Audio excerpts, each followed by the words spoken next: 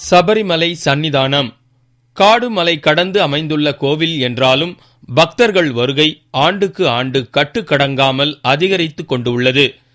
இந்த ஆண்டுக்கான மண்டல சீசன் தொடங்க இன்னும் 2 நாட்கள் உள்ள நிலையில் தற்போதே இங்கு பக்தி கோஷங்கள் களை கட்ட தொடங்கிவிட்டன.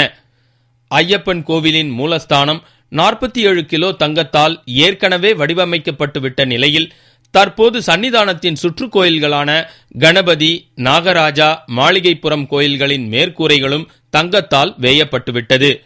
இவற்றின் கும்பாபிஷேகம் சிறப்பாக நடைபெற்றது. தந்திரி கண்டரு மகேஸ்வரரு தலைமையில் நடைபெற்ற இந்த நிகழ்ச்சியில் பூஜிக்கப்பட்ட பிரம்ம கலசம் ஊர்வலமாக எடுத்து வரப்பட்டு முதலில் ஐயப்பனுக்கு அபிஷேகம் செய்யப்பட்டது. அதைத் தொடர்ந்து கும்பாபிஷேகம் நடைபெற்றது. முதலில் ஐயப்பன் கோவிலின் 3 கும்பங்களுக்கு புனித நீர் ஊற்றப்பட்டது.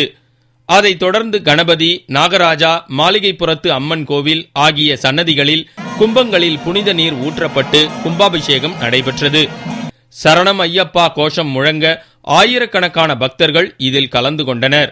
ஐயப்பனின் மூல விக்கிரக கோபுரத்தை தொடர்ந்து கணபதி, நாகராஜா, மாளிகைப்புறத்து அம்மன் சன்னதி கோபுரங்களும் தங்கத்தால் மாற்றி அமைக்கப்பட்டதால் சபரிமலை சன்னிதானமே தங்கத்தின் பொன் நிறத்தில் ஜொலிக்கிறது.